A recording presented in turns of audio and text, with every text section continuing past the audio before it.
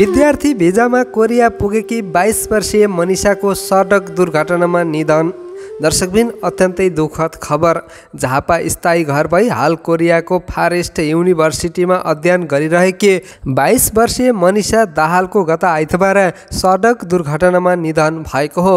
मनिषा 1 वर्ष पहिला मात्रै विद्यार्थी भिजामा कोरिया पुगेकी थिइन्। आइतबार साथीहरूसँग चुम्बुकुम्सक क्षेत्र नजिकै घुम्न जाने क्रममा ट्रकले ठक्कर दिएको र तुरुन्तै अस्पताल पुर्याउँदा डाक्टरले मृत घोषणा गरेको खुलेको छ। परिवारलाई खुसी राख्ने र आफ्नो उज्जवल भविष्यको सपना बोकेर कोरिया पुगेकी मनिषाले अल्प आयुमै ज्यान गुमाउनु परेको यो घटना निकै दुःखदायी छ। यस घटनाले सम्पूर्ण प्रवासी नेपाली समुदायलाई स्तब्ध बनाएको छ। अहिले घटनाको अनुसन्धान भइरहेको र अनुसन्धान र पोस्टमार्टम सकिए लगत्तै सब नेपाल पठाउने प्रक्रिया सुरु गरिने जनाइएको छ।